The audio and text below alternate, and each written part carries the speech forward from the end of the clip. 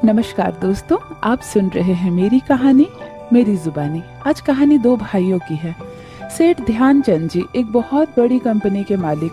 अपने पिता से विरासत में उन्हें कुछ भी नहीं मिला था। अपनी मेहनत और हिम्मत के बल पर वो आज एक बहुत बड़ी कंपनी के मालिक हैं। ध्यानचंद जी के दो बेटे हैं, बड़ा बेटा सुधीर और छोटा बेटा सुमित। बस उनकी दो ही संतान है, उनकी कोई बेटी नहीं है। ध्यानचंद जी बहुत ज़्यादा स्वस्थ नहीं है। अब उन्हें डायबिटीज़ हो गया है और घुटनों में भी इतना दर्द रहता है कि अब वो ज़्यादा कंपनी का काम नहीं देख सकते हैं।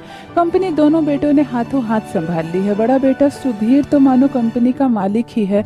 सारी छोटी बड़ी जिम्मेवारियां सुधीर के जिम्मे ही है और छोटा बेटा सुमित भी अभी सुधीर भैया से बहुत कुछ सीख रहा है। कंपनी को बिल्कुल नई राह दिए हैं जब तक ये दोनों बेटे कंपनी ज्वाइन किए हैं। पुराने सारे कल्चर को हटा दिया गया है। बिल्कुल नए स्टाइल से कंपनी में काम हो रही है और सच में कंपनी अब पहले से कहीं ज़्यादा मुनाफा भी कमा रही है। ध्यानचंद जी को बेहद खुशी हो रही है अपने दोनों बेटों के हाथ में अपनी कंपनी सौंपने से। ध्यानचंद जी अब अपनी पत्नी कौशल्या के साथ ज़्यादा करके घर में ही रहते हैं और कभी कभी कोई बड़ी डील होती है तभी वो ऑफिस जाते हैं या कंपनी का काम देखते हैं। सुधीर और सुमित दोनों अभी कुंवारे हैं, किसी की भी शादी नहीं हुई है। माँ कौशल्या की अब इच्छा है कि बड़ा बेटा सुधीर अब शादी कर ले, लेकिन सुधीर काम में इस कदर व्यस्त रहता है कि वो कम से ना दिन को दिन समझता है और ना ही रात को रात। वो अपनी माँ से यही कहता है कि माँ, जो लड़की शादी कर कर मुझसे आएगी उसकी उम्मीदें भी तो मुझसे जुड़ जाएगी। वो चाहेगी मैं उसके साथ समय बिताऊं, उससे बातें करूं, उसे घुमाने ले जाऊं, उसे मायके ले जाऊं। मैं कहाँ से कर पाऊंगा? मुझे तो कोई पता ही नहीं चलता कब दोपहर है कब रात है। कभी कभी रात को 2 बजे भी काम करता हूँ, कभी सुबह 4 बजे भी काम करता हूँ। भला कौन पत्नी इतना बर्दाश्त करेगी? इसीलिए मैं शादी अभी नहीं करूँगा। मुझे जब मेरा मन करेगा कि हाँ, मेरी मानसिक स्थिति बिल्कुल सेट हो गई है शादी के लिए, तब मैं हाँ कर दूंगा। फिलहाल शादी के लिए मुझ पर जोर मत डालिए। सुमित भी बहुत बार कह चुका है अपने भैया से कि भैया भाभी ला दो ना, भाभी घर में रहेगी माँ के साथ, माँ अकेली रहती है, पिताजी की भी सेवा करेगी। नौकर नौकरानी कितने भी घर में क्यों ना हो, घर की बहू तो बहू होती है। सुधीर कहता है हंसकर कि ऐसी बात है सुमित, तो तू शादी कर ले, मुझे कोई ऐतराज नहीं है, घर में छोटी बहू आ जाएगी। सुमित कहता है क्या बात कर रहे हो भैया, आपके रहते मैं भला शादी कैसे कर सकता हूँ। दोनों भाई हंसी मजाक में शादी की बात उड़ा देते हैं। कंपनी में कुछ एम्प्लॉय की ज़रूरत है। कंपनी वैकेंसी निकालती है कि एम्प्लॉय चाहिए मुझे और इंटरव्यू की डेट पक्की होती है। इंटरव्यू में बहुत सारे लोग आते हैं और वही इंटरव्यू देने आती है सपना। सपना एक बेहद ही मैच्योर, समझदार और हंसमुख किस्म की लड़की है। MBA की पढ़ाई उसने की है और इस बड़ी कंपनी में वो जॉब लेने की इच्छुक है। सपना अपनी मम्मी पापा का जैसे बेटा है। एकमात्र बेटी है सपना अपने मम्मी पापा की और एक छोटा भाई है उसके जो अभी पढ़ाई कर रहा है। सपना इंटरव्यू देने के लिए आती है तो सुधीर और सुमित दोनों बैठते हैं सिलेक्शन हाउस में। कुछ और लोग भी बैठते हैं कंपनी के। सबका एक एक करके इंटरव्यू होता है और जब सपना की बारी आती है तो इंटरव्यू का टाइम लगभग खत्म हो चुका है। सपना को सॉरी कह दिया जाता है बाहर ही, लेकिन सपना की आंखों में आंसू आ जाते हैं। वो बहुत सारे सपने देखकर आई है कि मैं इस कंपनी को हर हाल में ज्वाइन कर ही लूँगी, इंटरव्यू को मैं पास ही कर लूँगी। वो बाहर काउंटर पे कहने लगती है कि सिर्फ 5 मिनट लगेगा, मुझे एक बार सर से मिलने दीजिए। लेकिन बाहर कहा जाता है कि टाइम ख़त्म हो गया है, जितनी इंटरव्यू लेनी थी हम ले चुके हैं, आप फिर कभी ट्राई कीजिएगा। लेकिन सपना वहाँ से जाती नहीं है, सोफे पर बैठी ही रह जाती है। इंटरव्यू का टाइम ख़त्म हो जाता है, बाकी के लोग चले जाते हैं। सुधीर भी निकल कर चला जाता है, उसे पता नहीं चलता कि कोई सपना बैठी है। लेकिन सुमित जब वहाँ से गुजरने लगता है तो उसकी नज़र सपना पर पड़ती है। सपना सर झुकाए रो रही है। सुधीर को सपना की आंखों का आंसू दिख जाता है। भला कौन है ये लड़की, साड़ी पहने इतनी सुंदर लड़की और दोनों आंखों में आंसू। सुमित सीधे जाकर पूछता है कि क्या समस्या है आपको, आप यहाँ क्यों बैठी हैं? सपना कहती है सर, मैं यहाँ इंटरव्यू देने के लिए आई थी, लेकिन इंटरव्यू का टाइम ख़त्म हो गया। मैं बहुत उम्मीद लेकर आई हूँ। मेरे मम्मी पापा भी इंतज़ार कर रहे हैं कि कब मैं फ़ोन करके उन्हें कहूँ कि मेरा इंटरव्यू हो गया, लेकिन मैं इंटरव्यू नहीं दे पाई। सपना की आंखों में आंसू देखकर सुमित को अच्छा नहीं लगता है। सुमित कहता है एक काम कीजिए, आप अंदर चलिए। सुमित सुधीर के पास सपना को लेकर जाता है। कुछ कंपनी के और वरिष्ठ लोग बैठे हुए हैं और सुमित सपना को सबसे मिलाता है और कहता है ये मैम इंटरव्यू देने आई थी, लेकिन किसी कारण से समय ख़त्म हो गया और ये इंटरव्यू नहीं दे पाई। मैं इनके तरफ से आप लोगों से सिफारिश करता हूँ कि एक बार इनका भी इंटरव्यू ले लिया जाए। हो सकता है एक काबिल एम्प्लॉय हमारे हाथ से छूट जाए। सुधीर को ये बात अच्छी लगती है और सपना से भी इंटरव्यू ले लिया जाता है समय ख़त्म होने के बावजूद भी।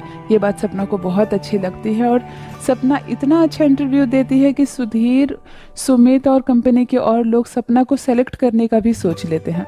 बाद में सुमित कहता है इसका क्रेडिट मुझे मिलना चाहिए मैडम, आप मुझे पार्टी देंगी ना।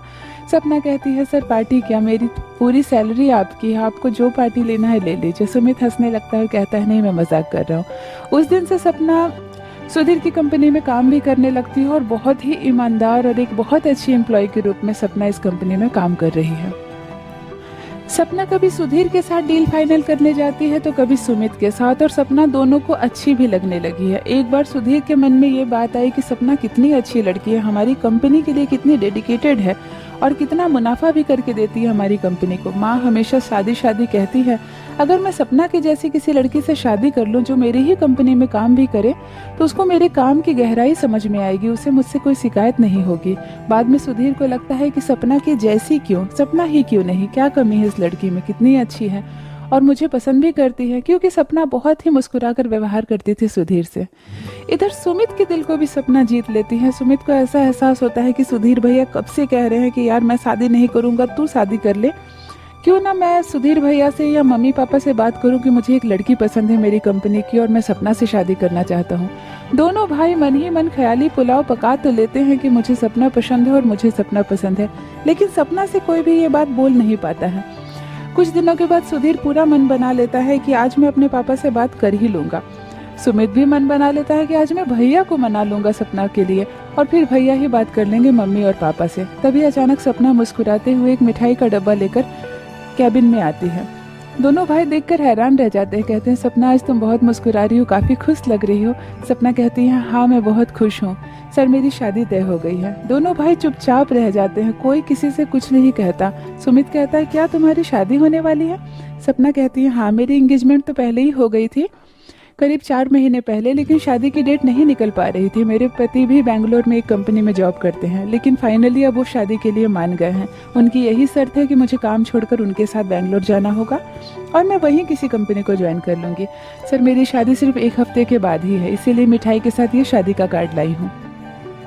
दोनों भाई चुपचाप रह जाते हैं, एक दूसरे का चेहरा देखते हैं। सुमित समझ जाता है कि मैं अपने दिल की बात कभी भी सुधीर भैया को नहीं बताऊंगा कि मैं सपना को पसंद करता था। सुधीर भी मन ही मन खैर मनाता है कि कैसे तो मैंने सपना को पसंद करने की बात किसी से भी शेयर नहीं की, वरना आज तो इज्जत का फालूदा हो जाता। दोनों भाई अपने अपने मन में ही रख लेते हैं कि भाई सपना को वो पसंद करते थे। सपना मुस्कुराकर शादी का कार्ड देती है और कुछ दिनों के बाद सपना की शादी हो जाती है और वो बेंगलोर चली जाती है। बाद में पता चलता है कि बेंगलोर में भी जाकर एक कंपनी सपना ज्वाइन कर ली है अपने पति के साथ। सुधीर और सुमित फिर से अपने काम में लग जाते हैं और सपना बस एक हवा का झोंका की तरह दोनों भाई की जिंदगी में आती है और दोनों को छूकर चली जाती हैं। दोनों भाई खुश हैं और मन ही मन अपनी सोचे हुए बात पर हंसते भी, और कभी किसी से ये बात ना बताने की मन ही मन कसम भी ले रखी है। ये थी दोस्तों 2 भाई और एक गर्लफ्रेंड की छोटी सी कहानी। आशा करती हूँ कहानी आपको पसंद आई होगी। मेरी कहानियाँ पसंद आए तो चैनल को सब्सक्राइब जरूर कीजिए। बने रहिए मेरे साथ, आप सुन रहे हैं मेरी कहानी मेरी जुबानी। धन्यवाद।